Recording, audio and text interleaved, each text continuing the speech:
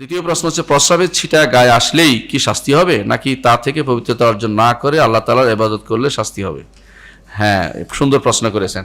আমাদের মধ্যে একটা ভুল বুঝাবুঝি আছে যে পেশাবের ছিটা আসলেই বুঝি আমার গুনাহ হয়ে যাচ্ছে। না, পেশাবের ছিটা আসলে আপনি দেরি করতেছেন, কোনো অসুবিধা নেই। পরে গোসলের সময় গোসল করে নিয়ে নামাজ পড়তেছেন, ইবাদত করতেছেন, কোরআন তেলাওয়াত করতেছেন, তখন আর সমস্যা নাই, কারণ এটা তো পেশাব থাকতে পারে গায়ে। রাসূলুল্লাহ সাল্লাল্লাহু আলাইহি ওয়াসাল্লাম ইউসবিহু জুনুবান, তিনি ঘুমাইও যেতেন কখনো কখনো অপবিত্র অবস্থায়। পেশাবের চেয়ে আরও মারাত্মক অবস্থায় তিনি ঘুমাই যেতেন। তো সকালবেলা পর্যন্ত তিনি ঘুমিয়ে থাকতেন, তারপর তিনি গোসল করতেন। সয়ম অবস্থায় তিনি ফজর নামাজের পরে গোসল করতেন। বুঝলেন তো কথাটা?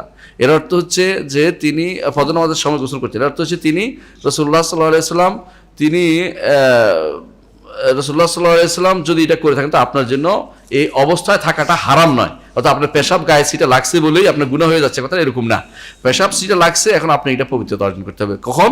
যখন আপনি এরপরে ইবাদত করবেন, কারণ ইবাদত তো অপবিত্র অবস্থায় করতে পারছেন না। হ্যাঁ, কিছু কিছু ইবাদত অপবিত্র অবস্থা হয়ে যায়, সওম হয়ে যায়, কোনো সমস্যা হয় না, সওম হতেই পারে। অথবা সাই সফা মারার মাঝখানে সাই অজু বাদে হতে পারে, কোনো সমস্যা নেই।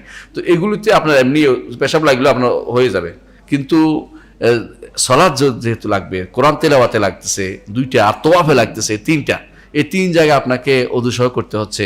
এখানে যদি পেশাব থাকে আপনাকে এটা বদলাইতেই হবে, নাহলে আপনি গুনাহগার হবেন। এটা হলো মূল কথা।